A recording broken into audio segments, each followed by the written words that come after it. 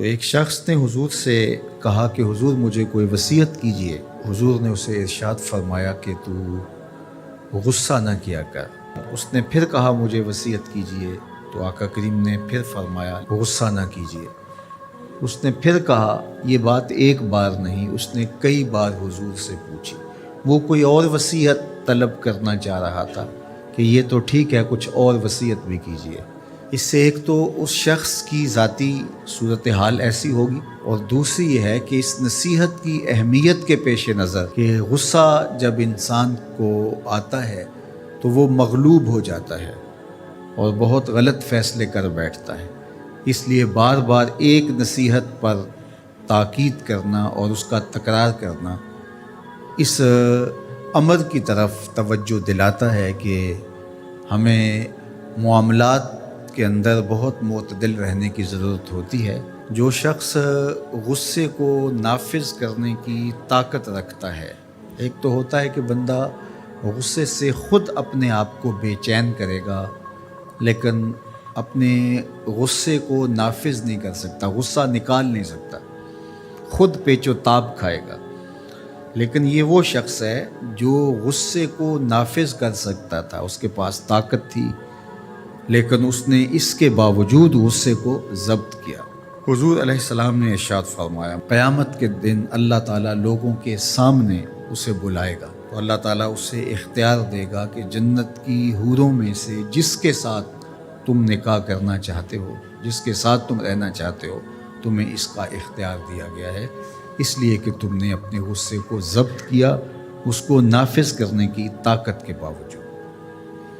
اور ایک روایت حضرت سلیمان بن سرد رضی اللہ تعالی عنہ سے مروی ہے، کہتے ہیں کنت جالسا مع النبی صلی اللہ علیہ وآلہ وسلم، میں حضور علیہ السلام کی مجلس میں بیٹھا ہوا تھا۔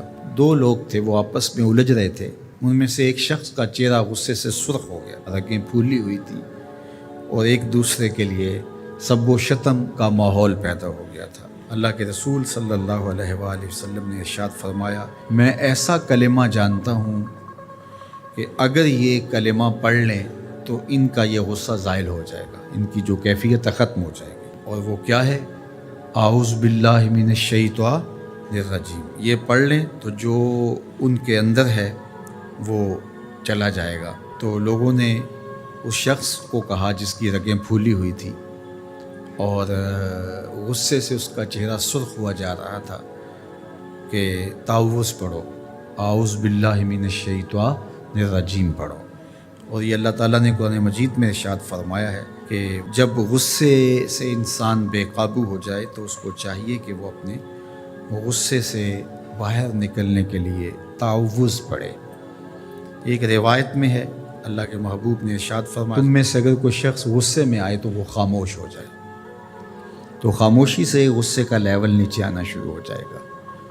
اور ایک روایت میں ارشاد فرمایا، جب تم میں سے کوئی شخص غصے میں ہو تو وہ کھڑا ہوا ہو تو وہ بیٹھ جائے، اور اگر اس کا غصہ اس سے زائل ہو گیا تو ٹھیک، ورنہ لیٹ جائے۔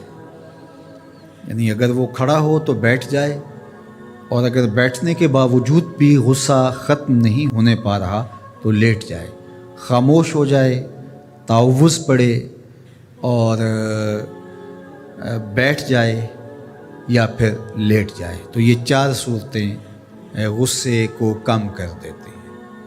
تو غصے کو نافذ کرنے کی بجائے کوشش کرنی چاہیے کہ غصہ جو ہے وہ فروغ ہو جائے، کیونکہ غصے میں انسان ایسے امور کر لیتا ہے کہ بعد میں اس کو سخت پچھتاوا ہوتا ہے۔